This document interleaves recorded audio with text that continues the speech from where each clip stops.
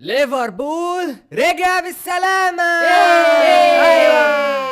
المهم ده ماتش عدى، نبص لقدام ونعتبرها بداية. اهم حاجة ان احنا مع بعض كلنا كاملين، صح؟ مفيش حد ناقص. الكوتش تقريبا في صلاح. ايه صلاح مين؟ انا معرفش حدنا اسمه صلاح. اقصد صلاح النادي من صلاح المدرب، خطة اصلاح.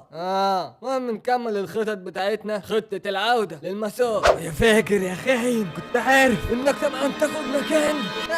بتشوت ضربة الجزاء. يالا انت مش عارف ان انا اللي مسؤول عن ضربات الجزاء؟ غيرني قلب مين؟ ده انا هنفخها. يا سلاح الحقني يا سلاح. بشوطها كويس. رجاله لازم اطلع اجرسكوا في الاعلام يعني عشان تكسبوا.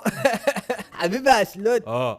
اهلا بالنجم الكبير، النجم العظيم. حبيبي يا سلوت، انا كنت عارف ان قلبك ابيض ولو عليا انا مش زعلان. ايه ده؟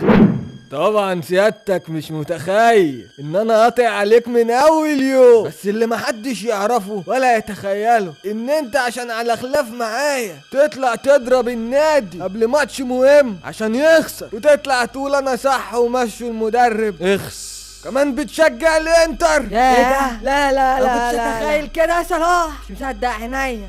ما حصلش.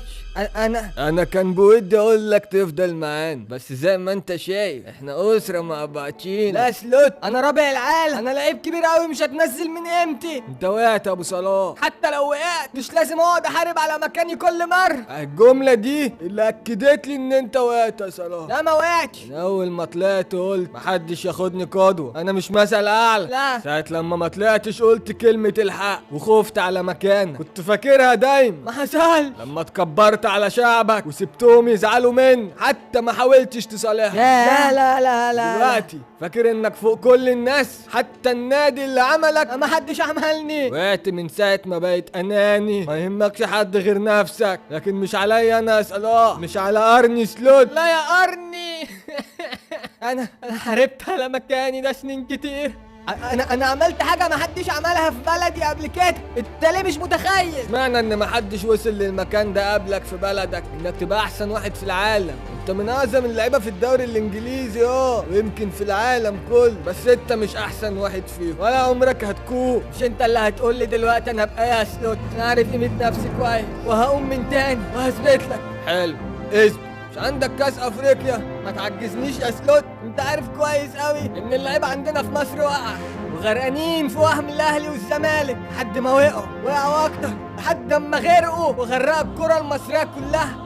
مش هاجي لوحدي انا اصلح الدنيا، انا مهما كنت واحد في وسط فرقه. لا يا حبيبي، كلامك اللي طلعت قلت في الاعلام حسسنا كلنا ان انت ما جاش زيك ولا هيجي. روح ورينا انت هتعمل ايه من غيرنا يا صلاح. اثبت لنا ان احنا كنا غلط ومقصرين في حق، وقتها بس هترجع تلاقي مكانك اللي كسبته زي ما بتقول. وده اخر كلام عندي يا ابو صلاح. يا كاس افريقيا يا اما مالكش مكان في وسطنا من تاني. يبقى روح العب في الهلال يا اخويا، يبقى روح العب في الهلال.